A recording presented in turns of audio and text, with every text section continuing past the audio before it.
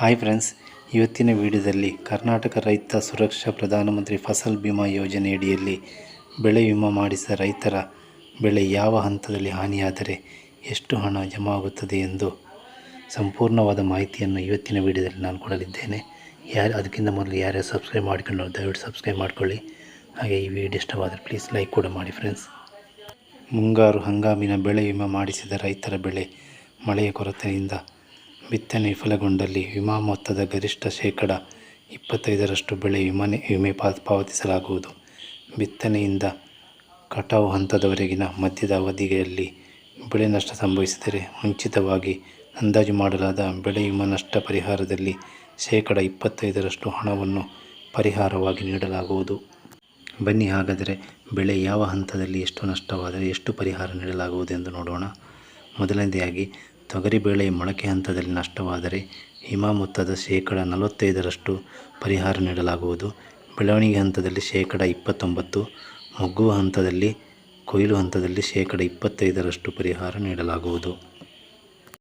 ಹೆಸರು ಬೇಳೆಯನ್ನು ಮೊಳಕೆ ಹಂತದಲ್ಲಿ ಶೇಕಡ 50, ಬೆಳವಣಿಗೆ ಹಂತದಲ್ಲಿ ಶೇಕಡ 19, ಕೊಯ್ಲು ಹಂತದಲ್ಲಿ ಶೇಕಡ 80ರಷ್ಟು ಪರಿಹಾರ ನೀಡಲಾಗುವುದು. ಸೋಯಾಬೀನ್ ಮತ್ತು ಅವರೆ ಮೊಳಕೆ ಹಂತದಲ್ಲಿ ಶೇಕಡ 54, ಬೆಳವಣಿಗೆ ಹಂತದಲ್ಲಿ ಶೇಕಡ 22, ಕೊಯ್ಲು ಹಂತದಲ್ಲಿ ಶೇಕಡ 22 ಪರಿಹಾರ ನೀಡಲಾಗುವುದು.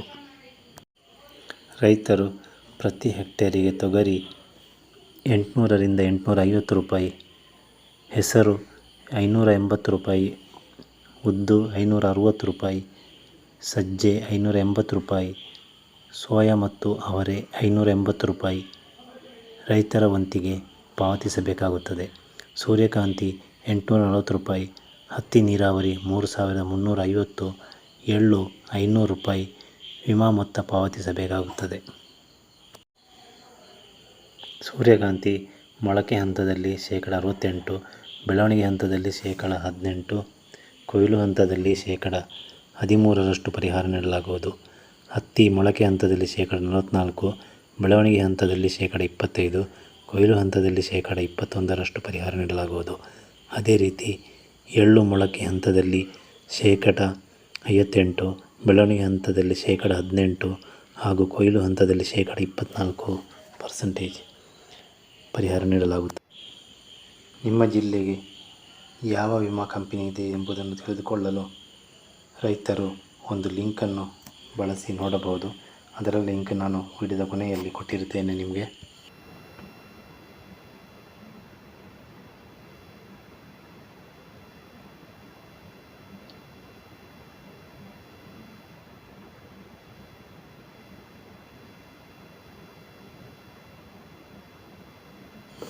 ಹತ್ತಿರದ ರೈತ ಸಂಪರ್ಕ ಕೇಂದ್ರಕ್ಕೆ ಭೇಟಿ ನೀಡಬಹುದು.